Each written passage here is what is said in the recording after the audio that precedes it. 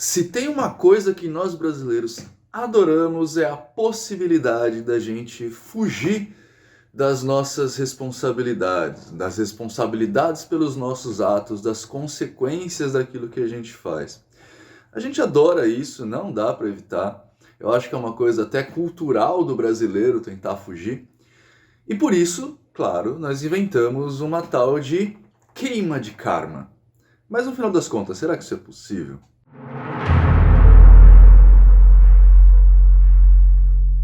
Pois é, queima de karma é um assunto que está bastante corrente, pelo menos dentro da minha bolha ali no Facebook, né, no Instagram, TikTok, essas plataformas que eu costumo andar. Tem muita gente falando de ritual de queima de karma, né, de trabalho de queima de karma, essas coisas, e basicamente a desculpa disso é você poder agir sem consequência. Existem, na verdade, dois grandes mundos aí nessa situação. A gente vai tentar abordar esses dois mundos e falar um pouquinho sobre o que é o karma e a possibilidade ou impossibilidade disso, tá? O primeiro cenário dessa queima do karma é exatamente você fugir das suas consequências. Então a pessoa fala, olha só, você fez uma série de coisas aqui na sua vida e para fugir das consequências dessas coisas, digamos que você fez as coisas antes de saber que existiria uma consequência, você, por exemplo, em vidas passadas, né, você fez coisas na vida anterior que agora estaria resgatando e para fugir desse resgate, você faz um ritual de queima de karma. Ou então, ainda, tem uma outra forma um pouco mais sutil dessa fuga, que é falar que a lei do retorno não existe, que isso é coisa de cristão e parari parará, né? Essas duas situações aqui vão falar pra gente que você pode agir sem esperar consequência nenhuma.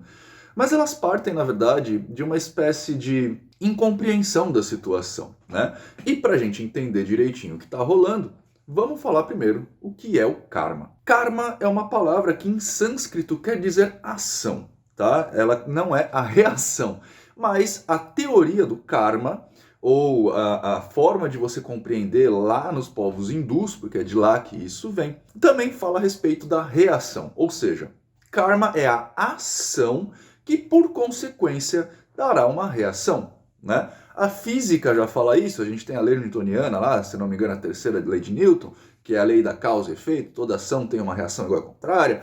Tem também no hermetismo, a lei da causa e efeito, e a gente tem isso em teorias como, por exemplo, a bruxaria, né, que é a lei do tríplice retorno. A gente tem essa percepção da ação e reação muito forte. Em teoremas que são baseados em vida pós-morte, como o espiritismo, a umbanda, o próprio hinduísmo, a gente vai externar, alongar o processo de reação da ação. Na verdade, a gente não tem muito isso no cristianismo, que é onde geralmente as pessoas colocam, né? O cristianismo tem a coisa do pecado. Se você fez, você vai pagar por isso por conta do pecado original, não necessariamente é uma reação causada pela ação no sentido de consequência. É uma coisa de que você será julgado por uma entidade maior e isso acontecerá com você como forma de punição, tá? É diferente do karma, da ação e reação, de pagar por aquilo que você fez. E, na verdade, a percepção de pagar por aquilo que você fez também está errada para ver o karma.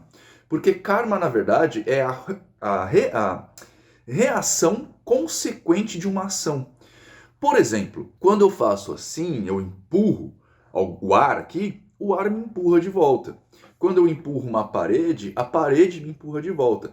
É a consequência da ação que acontece de forma imediata, por assim dizer, tá? Então, quando você, por exemplo, mata alguém, né, eu nunca matei ninguém, mas é o que eu imagino que aconteça com a pessoa.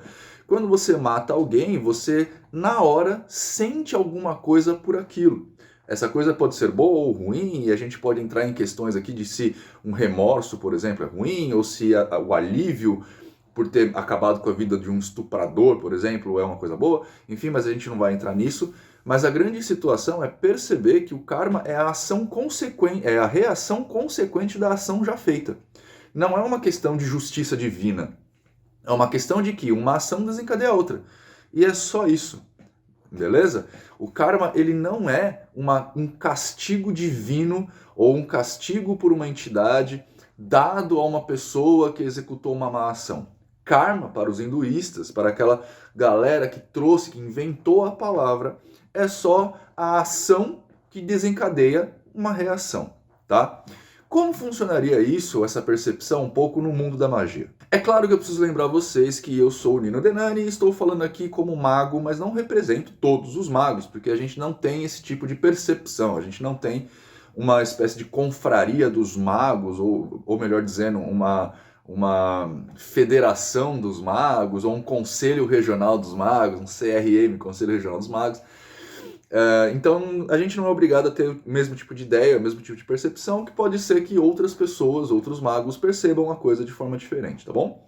Só para deixar aqui claro que não é que eu estou falando, é regra e lei entre todos os magos, é só uma percepção. Bom, a gente tem, dentro da magia, o estudo do hermetismo, que é um metasistema mágico. Na verdade, é uma escola filosófica, né, que foi transformada aos poucos em metasistema mágico. E como uma escola filosófica, a gente é obrigado a pensar sobre as questões mais gerais das coisas, porque filosofia é isso, é pensar sobre as coisas mais gerais, né? Então a gente vai pensar sobre o que é vida, sobre o que é morte, sobre o que é Deus, sobre o que é bem e mal, essas questões que em geral as pessoas não raciocinam, não pensam, mas nós, como uma escola filosófica, somos levados a pensar. O corpus hermeticum, por exemplo, nada mais é do que um catado dessas perguntas e a resposta que algumas pessoas chegaram a ela. E é por isso que a gente moderniza o pensamento hermetista, porque ele está livre para novas avaliações, beleza? Dentro das 7 leis herméticas lá, a gente tem a lei da ação e reação, né, da causa e consequência. Como eu acabei de falar, eu chamo essa lei de a lei das marés, ou a lei do pêndulo, né, tudo que vai e volta, enfim.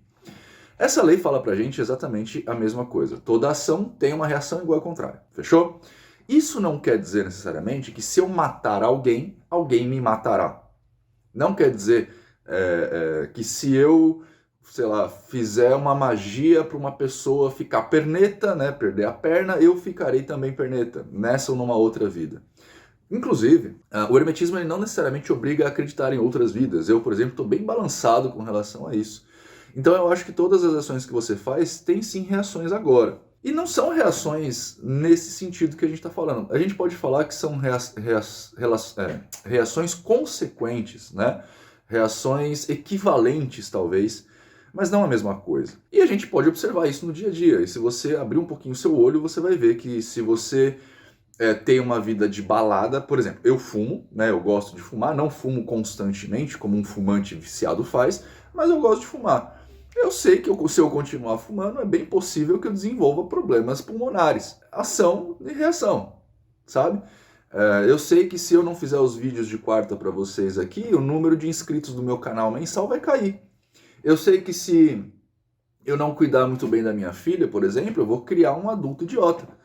Então, não é uma questão de castigo, como a maioria das pessoas prega. E por não ser uma questão de castigo, torna-se impossível a queima dele. A queima do karma seria exatamente você tirar essa segunda parte da sua ação, como se você fizesse alguma coisa e essa ação não gerasse uma reação, né? Pelo menos isso é o que deveria ser visto, né? Você não consegue tirar a reação de uma ação. Como eu disse, quando você empurra o vento te empurra de volta. O grande problema é que você tem mais força que o vento, aqui nesse caso o ar, e por conta disso você consegue executar uma ação. Se você empurra uma parede, a parede tem mais força que você, por conta de massa vezes gravidade, e você não vai conseguir empurrar essa parede. É simples assim. Não tem como você empurrar uma parede e a parede não te empurrar de volta. Queimar um karma seria basicamente como você fazer isso. Fazer magisticamente uma ação para que a reação à sua ação não aconteça. E isso é impossível, é impensável, a não ser que, aí sim, você tem essa percepção cristã das coisas no sentido de castigo. E aí, toda aquela coisa que o pessoal fala de que a lei tríplice não existe, que isso é coisa de cristão, passa a fazer sentido.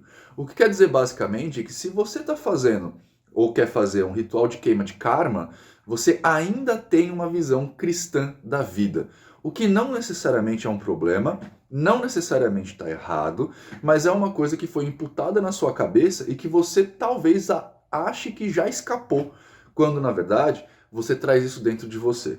por uma questão que a gente vai chamar de crenças nucleares. Crenças nucleares é um termo da psicologia que fala que a gente tem um certo cabedal, um certo aglomerado, né? Tipo uma caixona de lembranças que foram criadas pra gente nas primeiras infâncias. Ali quando você tinha 3 meses, 1 ano, até 2, 3 anos de idade. Nesse período você ainda não tem muito bem a sua consciência firmada, você ainda está numa situação muito primária, né? Muito primitiva ainda de agência do ser. Você inclusive tem muitos reflexos que são reflexos ainda condicionados à nossa vivência primata, né? Muita gente fica abismado quando os médicos, por exemplo, pegam uma criança pela mão e levantam, né? Mas esse é um reflexo primata que a gente tem, um reflexo da nossa era de macaquinhos, né? Eu falo macaquinhos aqui lato sensu, tá? Nós éramos obrigados a segurar nas nossas mães para continuar a migração, enquanto nós éramos seres aí migratórios, não, seres nômades, né? A gente era nômade, ficava andando de um lado para o outro, a gente precisava, logo que nasceu, já segurar na mamãezinha, e como os macaquinhos fazem hoje em dia. E esse reflexo continua, e ele é usado pelos neuropsicólogos, neuroclínicos, para medir certas questões cerebrais, se está ok naquela pessoa. Esse reflexo vai saindo, vai deixando de existir até 6 meses, esse em particular de levantar, mas tem vários reflexos que a gente mede no começo, como por exemplo, colocar a criança de lado para ver se ela consegue ir toda de lado, se ela consegue voltar, mexer as perninhas para ver, enfim, tem um monte de respostas aí que não cabe vocês a saber, tá? De qualquer forma, nessa época da nossa vida, até os 2, 3 aninhos, a gente começa a interagir com o ser humano, né, com os seres humanos mais próximos, como parte de uma sociedade, de uma espécie de terceirização daquela coisa. Então a gente tem a figura nós, e nós começamos a perceber que existe algo além de nós, que são pessoas que nos proporcionam a vida, tá? Eu sei que esse processo é muito maluco, mas ele é bem interessante de se analisar, de se perceber, porque a gente, quando nasce, não percebe muito bem isso. A gente meio que ainda é parte do outro, e não tem o outro como o outro. Mas enfim, nesse momento, várias coisas que acontecem ao nosso redor, como a interação com os nossos pais, a interação com os nossos familiares, as coisas que os pais falam pra gente, etc e tal, são gravados nessa nossa primeira memória, tá?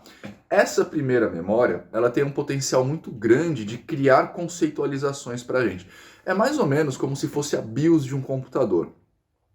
São aquelas informações que estão gravadas no processador do computador e que elas dão um primeiro start para começar o sistema operacional, que vai responder a essas primeiras informações. Isso são as memórias nucleares. São memórias que estão gravadas no nosso hardware, né, que eles, na nossa BIOS, por assim dizer, na nossa memória mais intrínseca ali, dentro do nosso cerebelo, que é a parte mais necessária para a vida, e essa memória ela vai influenciar todas as nossas ações dali para o futuro, né? Ela vai ser a principal base aonde o nosso cérebro vai captar a informação para processar junto com o que está vindo agora, para a gente chegar numa resposta e interagir. Eu sei que está difícil, tá? Esse negócio é muito legal, é um processo muito bacana, mas isso daqui manda na forma como a gente encara muitas coisas hoje no presente. Isso aqui é neurociência muito gostosa de estudar, tá? O fato é que, quando essa primeira informação ela é maculada por um sistema cristão de valores, é natural que a gente, quando adulto, siga ainda esse sistema cristão de valores, mesmo que a gente assuma outro paradigma de vida.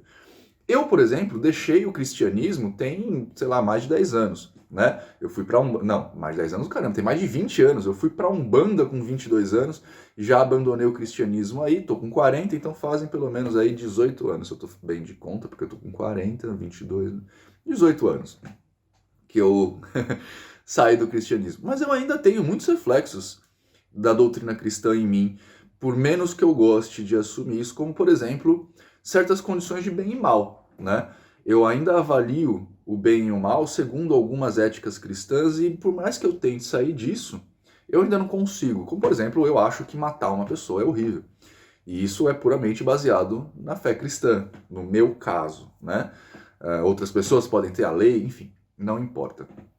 Mas esse processo todo, alonguei demais aqui para explicar, para falar para você que tudo bem, você possivelmente ainda tem resquícios do cristianismo dentro de você e isso faz parte, beleza? Isso acontece porque nós vivemos no Brasil. Então muita coisa desse negócio de resgate de karma é oriundo dessa percepção primeira que você tem a respeito da moralidade cristã. Você ainda acha, por mais que você não conscientemente não acredite, mas você pode ainda achar que o karma é resultado de um castigo de um ser onipotente, onipresente, onisciente, ou de alguma entidade, sei lá, um guia de umbanda, porque você executou uma má função. Ele é um castigo, ele é feito por terceiro. Esse karma, se fosse o caso, poderia ser queimado. Você faz um acordo com essa divindade, um acordo com esse guia, sei lá, e você acaba afastando, fala assim, olha, ele fez, não sabe o que estava fazendo, você, embora seja onipotente, onisciente, onipresente, você não percebe que ele não sabia, e portanto a gente corta, vamos fazer um acordo nós aqui. Isso aconteceria. Só que, como a gente viu, karma não é isso. O karma, ele é uma ação que desencadeia uma reação por consequência, não é uma coisa de castigo, tá? Se pudesse falar para vocês alguma coisa, para vocês que estão começando nessa seara, essas coisas todas, mesmo que você tenha, mesmo que exista a possibilidade de vidas passadas acontecerem e vidas futuras acontecerem, eu sugeriria que você guiasse e agisse na sua vida como se isso não fosse verdade. Imagina que você só tem esta vida aqui, beleza? Por que eu falo isso? Quando você age assim, que você só tem esta vida, você primeiro se livra de alguns preconceitos que são muito prejudiciais à sua existência, como por exemplo, a questão de que você nasceu para alguma coisa. Você não nasceu para alguma coisa, não nasceu programado para alguma coisa, não tem nada no seu destino, porque destino não existe, você só tem esta vida. Então, basicamente, você é livre para escolher fazer o que quiser. Então, o seu grande plano, né, o seu grande objetivo final, quem vai escolher é você. E quanto mais cedo você perceber isso, mais cedo você vai conseguir escolher esse objetivo e mais cedo você vai conseguir caminhar em direção dele. Então, começa agora. E não se importe se isso mudar lá para frente, beleza? Escolhe um objetivo, mas tenha em mente que você pode mudar esse objetivo à distância. Vou dar um exemplo para você. Eu, quando comecei com o caminho da magia, né, 3 anos até, comecei assim, profissionalizar a magia 3 anos atrás, eu estava firme na minha cabeça que eu nunca mais ia voltar para o mundo profano. Hoje em dia, eu já estou fazendo psicanálise, né? Eu já fiz neuropsicologia, agora estou fazendo psicanálise para poder atender em consultório, porque eu estou sentindo falta desse contato humano. Então, mudei um pouquinho meu plano, entende? Tudo bem você fazer isso, mas o quanto mais cedo você desencadear esse negócio, melhor para você. A segunda coisa é que as reações das suas ações serão muito mais presentes, porque você vai começar a olhar para isso. Então você vai tomar muito mais cuidado com as suas ações, pensar muito melhor a respeito disso e, melhor ainda, conseguir se precaver das suas reações. O que a gente no hermetismo vai chamar de parar o pêndulo, né? As reações e ações continuam acontecendo, só que como você está pensando a respeito, naquele ato de contemplação que eu sempre falo que é essencial, você vai conseguir agir antes para que essas reações sejam menores para você. Então, o quanto antes você conseguir fechar sua vidinha nesta vidinha, melhor para você. Eu até exagerei um pouquinho. Eu, por exemplo, falo que vou morrer aos 60. Estou com 40, só tenho mais 20 anos de vida. Então são 20 anos para eu executar meu grande plano. Você também pode fazer isso e vai ser muito melhor. Então, se você quer saber a minha opinião a respeito desse negócio de queima de karma, por menos que as pessoas queiram, advém de uma percepção cristã do karma, que nada tem a ver com karma real, porque o karma lá dos hindus, né, do jeito que eles trouxeram pra gente, é simplesmente uma reação natural da ação que você faz. E sim, toda ação tem uma reação igual e contrária, não tem como você tirar essas consequências, beleza? Então, se você vai fazer um ritual de queima de karma e esse ritual é pago, economiza seu dinheiro aí, prefere gastar esse dinheiro em ações que vão deixar seu futuro melhor. Como, por exemplo, entra aqui, ó, teoriadamagia.com.br para você aprender todas essas coisas aqui e muito mais coisas. E além disso, você pode entrar aqui embaixo também no Linktree que tem para você participar do Hermetismo on the Road, que é o evento que eu estou fazendo, que está viajando todo o Brasil aí, pelo menos várias cidades do Brasil, para levar conhecimento, hermetismo, são 6 horas de experiências teóricas e práticas a respeito de magia, para você largar a mão de deixar a vida te levar e começar a levar a vida para ser muito mais legal para você, beleza? Então clica aqui embaixo, tá no campo de descrição e também no primeiro link fixado. Bom, gente, era isso que eu tinha para falar hoje para vocês, espero que vocês tenham gostado. Se tem dúvidas, coloca aqui no campo de comentários pra gente saber, para de repente eu fazer um vídeo 2, fechou? Se você gostou do vídeo, dá seu joinha, se inscreve no canal, repassa pros seus amigos aí. E é isso, espero que vocês tenham uma ótima vida, sejam pessoas melhores que vocês foram até agora. Tchau!